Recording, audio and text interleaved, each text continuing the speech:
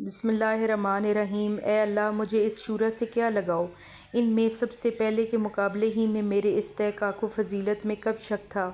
جو اب ان لوگوں میں بھی شامل کر لیا گیا ہوں۔ مگر میں نے یہ طریقہ اختیار کیا تھا کہ جب وہ زمین کے نزدیک ہو کر پرواز کرنے لگیں تو میں بھی ایسے ہی کرنے لگوں، اور جب وہ اونچے ہو کر اڑنے لگیں تو میں بھی اسی طرح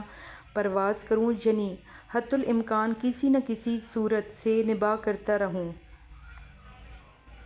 ان میں سے ایک شخص تو کینہ و عناد کی وجہ سے مجھ سے منحرف ہو گیا، اور دوسرا دامادی اور بعض ناگفتہ بے باتوں کی وجہ سے ادھر جھک گیا۔ یہاں تک کہ اس قوم کا تیسرا شخص پیٹ پھیلائے سرگین اور چارے کے درمیان کھڑا ہوا، اور اس کے ساتھ اس کے بھائی بند اٹھ کھڑے ہوئے، جو اللہ کے مال کو اس طرح نگلتے تھے جس طرح اونٹ فصل ربیع کا چارہ چرتا ہے، یہاں تک کہ وہ وقت آ گیا جب اس کی بٹی ہوئی رسی کے بل کھل گئے، اور اس کی بدعمالیوں نے اس کا کام تمام کر دیا، اور شکم پری نے اسے منہ کے بل گرا دیا۔ اس وقت مجھے لوگوں کے ہجوم نے دشت زدہ کر دیا، جو میری جانب بجو کے عیال کی طرح ہر طرف سے لگاتار بڑھ رہا تھا، یہاں تک کہ عالم یہ ہوا کہ حسن علیہ السلام اور حسین علیہ السلام کچلے جا رہے تھے، اور میری ردا کے دونوں کنارے پھٹ گئے تھے۔ وہ سب میرے گرد بکریوں کے گلے کی طرح گھیرا ڈالے ہوئے تھے، مگر اس کے باوجود جب میں امر خلافت کو لے کر اٹھا تو ایک گروہ نے بیعت توڑ ڈالی، اور دوسرا دین سے نکل گیا، اور تیسرے گروہ نے فسق اختیار کر لیا، گویا انہوں نے اللہ کا یہ ارشاد سنا ہی نہ تھا کہ یہ آخرت کا گھر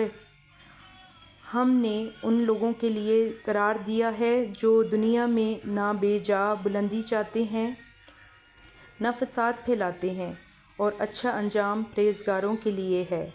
ہاں ہاں، خدا کی قسم، ان لوگوں نے اس آیت کو سنا تھا اور یاد کیا تھا، لیکن ان کی نگاہوں میں دنیا کا جمال کھپ گیا اور اس کی سج دھج نے انہیں لبھا دیا۔ دیکھو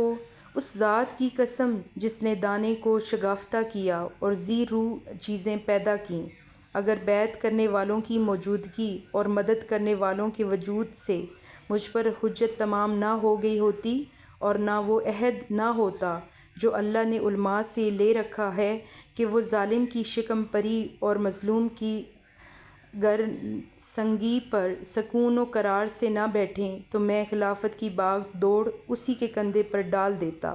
اور اس کے آخر کو اسی پیالے سے سیراب کرتا جس پیالے سے اس کے اول کو سیراب کیا تھا، اور تم اپنی دنیا کو میری نظروں میں بکری کی چھینک سے بھی زیادہ ناقابل اعتنا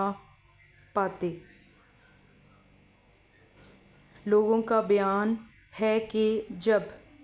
حضرت علیہ السلام خطبہ پڑھتے ہوئے اس مقام تک پہنچے تو ایک عراقی باشندہ آگے بڑھا اور ایک فرشتہ حضرت علیہ السلام کے سامنے پیش کیا۔ آپ علیہ السلام اسے دیکھنے لگے۔ جب فارغ ہوئے تو ابن عباس نے کہا، یا امیر المومنین علیہ السلام، آپ علیہ السلام جہاں سے خطبہ چھوڑا تھا وہیں سے اس کا سلسلہ آگے بڑھائیں۔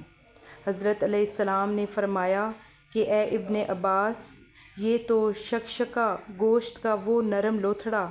جو اونٹ کے منہ سے مستی و ہیجان کے وقت نکلتا ہے تھا، جو ابھر کر دب گیا